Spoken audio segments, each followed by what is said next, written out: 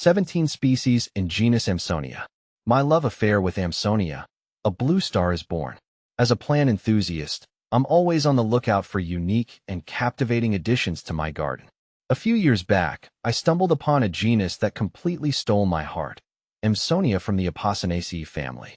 These hardy perennials, commonly known as blue stars, possess an understated elegance that truly shines in any landscape. Their delicate, star-shaped flowers in shades of vibrant blue are a sight to behold, and their graceful foliage provides visual interest throughout the growing season. Why I adore Amsonia. What's not to love? Amsonia offers a winning combination of beauty, resilience, and low-maintenance care. These plants are remarkably adaptable, thriving in a variety of conditions. Whether you have full sun or partial shade, dry soil or moist, there's likely an Amsonia species that will happily make itself at home in your garden. But it's not just their hardiness that appeals to me. Amsonia boasts a unique charm throughout its growth cycle. In spring, the plants emerge with fresh green foliage, often with a reddish tinge. Come late spring and early summer, they burst into bloom with clusters of those mesmerizing blue flowers.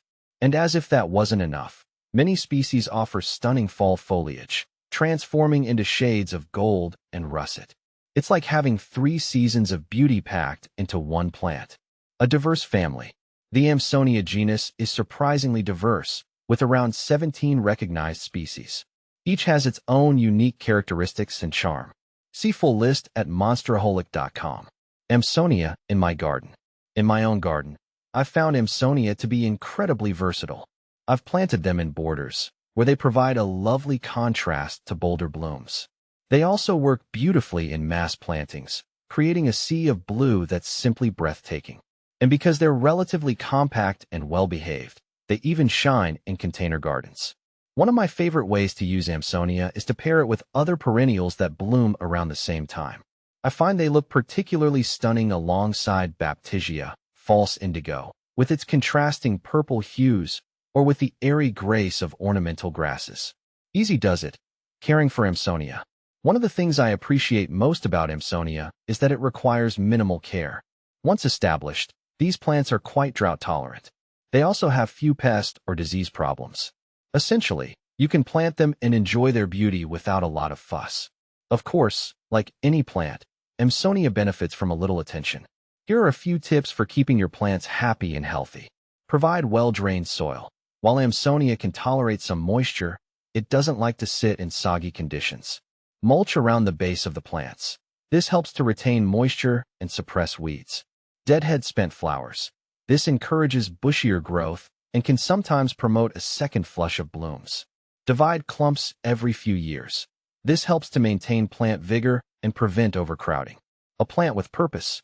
Beyond its ornamental value, Amsonia also plays a valuable role in the ecosystem. The flowers are a good source of nectar for pollinators, including bees and butterflies. And because the plants are deer-resistant, they provide a safe haven for these beneficial insects. A growing passion. My appreciation for Amsonia has only deepened over time. The more I learn about these plants, the more I admire their resilience, their beauty, and their ecological value. If you're looking for a low-maintenance, high-impact addition to your garden, I wholeheartedly recommend giving Amsonia a try. You might just find yourself falling in love, too.